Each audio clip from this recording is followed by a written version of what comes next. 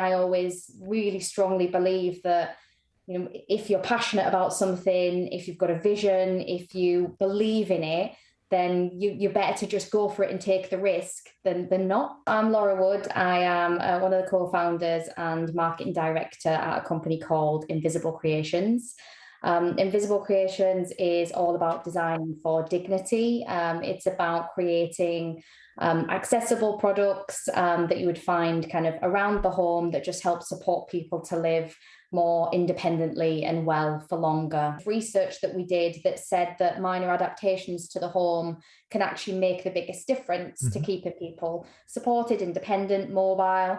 And that's the things like the plastic grab rails that you'll see kind of on the outside of people's houses, in their bathrooms. They're the things that if we put those in someone's home can prevent falls, prolong independence, all of those really great things. There's so many products and services for older people, for disabled people that are just packed with negative stigma. There's so much negativity around these products that exist. Why aren't you getting these things installed? You need them. And for her, it was like, well, have you seen them? Take a look at them. They're horrible. They remind me of a hospital. They make me feel like an old woman. And she was 87, but she was, you only say, you're as old as you feel. She was still kind of up for drinking Prosecco and having pizza on a Friday night. And she would want to go shopping all the time. And her lifestyle was that of, not someone that wants to feel like an 87-year-old woman. So there's a lot of stuff that was tied up in this that we said, we can do something better here. We can really make a difference. And then we got invited to number 10 as well. So we've got this 30-second pitch. It was Theresa May at the time. And because ageing was such a big agenda for the government, they then kind of invited us to number 10 for a round table.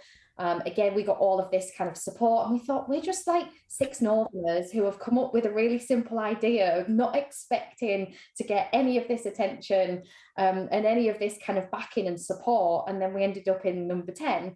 So I think, it was just really important for us to have a company and a brand and products, the whole package, that just reflected that vision of a better option, and actually that, dignity should be at the heart of all design, whether it's in your home, whether it's something that you use kind of when you're out and about, anything really, because a lot of the time people are made disabled by their environments. It's not necessarily that they've got an innate disability. It's just that the way that their house is just means that they can't move around it. Would you be happy to share what's the best piece of advice you've ever had? Kind of go for the things that scare you. I would tell myself, don't worry about things going wrong. Some of the things that have happened along the way, and some of the best things that have happened is because a mistake has been made, or something's gone wrong, and actually you've taken such a huge amount of learning away from that you've been able to propel yourself into another position. Or some of the things in terms of even like product design, you might design kind of like 100 things, but you might only use one of them, do 100 different things at work, and not all of them are going to go right, but actually that's okay, because you'll learn so much from it. And I think it's just sometimes embracing that failure rather than just it happening and you trying to like forget that it's ever happened. Actually, embracing it, learning from it, and you'll be stronger for it. Awesome.